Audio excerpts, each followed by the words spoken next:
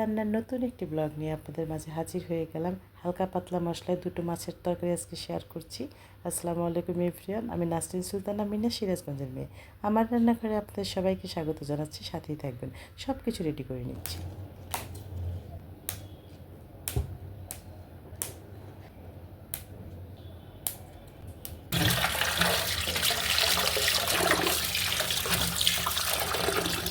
এই যে এভাবে করে মাছটা কিন্তু আগে ধুয়ে নিয়েছি, আবার একটু ক্লিন করে আপনাদের দেখিয়ে দিলাম কতটা সুন্দর রূপোর মতো চকচকে। আরেকটা মাছ ধুয়ে নেব। এই যে এটাও ধুয়ে নিয়েছি, আবার একটু ধুয়ে নিলাম, দেখুন কতটা সুন্দর চকচক করছে। এই যে শাকটা কিন্তু ধুয়ে নিয়েছি। এই শাকটার ফ্লেভার কী যে সুন্দর! পুঁই শাক যে কোনো কিছু রান্না করলেই ভালো লাগে। সব কিছু রেডি করে নিয়েছি, ইচ অ্যান্ড এভরিথিং রেডি। এখন দুটো রান্না ঝটপট ঝটপট করে আপনাদের সঙ্গে শেয়ার করে ফেলবো।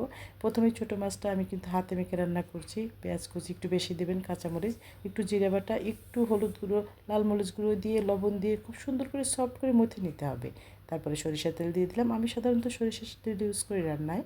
সফট হয়ে গেলে মাছটা দিয়ে উল্টে পাল্টে খুব সুন্দর করে কিন্তু মেখে নিতে হবে।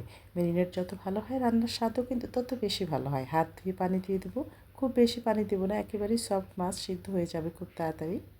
একটা কড়াই কিন্তু আদা বাটা, জিরে বাটা, রসুন বাটা, লাল মরিচ বাটা, হলুদ গুঁড়ো, ধনিয়ার গুঁড়ো, লবণ, সরিষার তেল সব কিছু দিয়ে মশলাটাকে ম্যারিনেট করতে হবে। এভাবে করে একদম মশলাটা খুব সুন্দর করে মাখিয়ে নিতে হবে। তারপরে কিন্তু মাছটা দিতে হবে। মাছ দিয়ে তারপরে মশলার সঙ্গে মাছটা খুব সুন্দর করে আমি মেখে নেব। আসলে এই তীব্র গরমে রান্না করা সত্যি খুবই কঠিন হয়ে গিয়েছে। আমার প্রচণ্ড ঠান্ডাও লেগে গিয়েছে এই গরমে, কারণ আমি একদম গরম সহ্য করতে পারি না। আর এত গরমে রান্না করা খুবই কঠিন হয়। এই যে মাছটা কিন্তু মশলা মাখিয়ে নিচ্ছি। দেখা যায় যে যে রান্নাটা আমার হয়তো 20 মিনিটস বা 30 মিনিটস লাগবে, ভিডিও করতে গেলে কিন্তু সেই রান্নাটা করতে একদম 1 ঘন্টা সময় লেগে যায়। এই জন্য কিন্তু অনেক বেশি কষ্ট হয়। তবুও আমরা কাজ করে যাচ্ছি, আপনারা আছেন বলে। এই মশলার মধ্যেই কিন্তু আমি পটলটা দিয়ে দিলাম। মাছটা উঠিয়ে রাখার পরে পটল উল্টে পাল্টে একদম মেখে নিয়ে তারপরে কিন্তু হাত ধুয়ে 2 বাটি পানি দিয়ে দিলাম। পটলটা হাই হিটে সিদ্ধ করে নেব। অন্যদিকে কিন্তু মাছের ঝোলটাও হয়ে যাচ্ছে। দুটো তরকারি পাশাপাশি রান্না করে নিচ্ছি। এভাবে করেই কাজ করে যাচ্ছি, কারণ আপনারা সবসময় পাশে আছেন। এখানে কিন্তু পটলটা 80% সিদ্ধ হয়ে গেলে মাছ দিয়ে কিন্তু আমি পুঁই শাকটা দিয়ে দেবো। এটা ডগা নিয়েছি, একদম কচি ডগা। এভাবে করে দিয়ে দিলাম। আমার ছোটো মাছের তরকারিটা কিন্তু হয়ে গিয়েছে, দেখুন কতটা সুন্দর হয়েছে। এটা একদম সার্ভিং বাটিতে দিয়ে দিচ্ছি। কী যে মিষ্টি ফ্লেভার, কি বলবো, একেবারে দুর্দান্ত, অসাধারণ। আপনারাও ট্রাই করতে পারেন। আমার আরেকটা মাছের তরকারি কিন্তু হয়ে গেল। এই তরকারিটি কী যে ভালো লাগে, যেহেতু পুঁই শাক অ্যাড করেছি, দুর্দান্ত স্বাদ।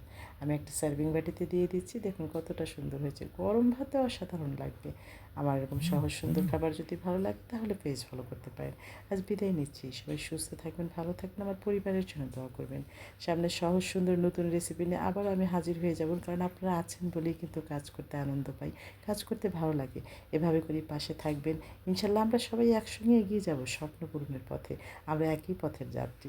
সবাই সুস্থ থাকবেন, ভালো থাকবেন। আল্লাহ হাফিজ।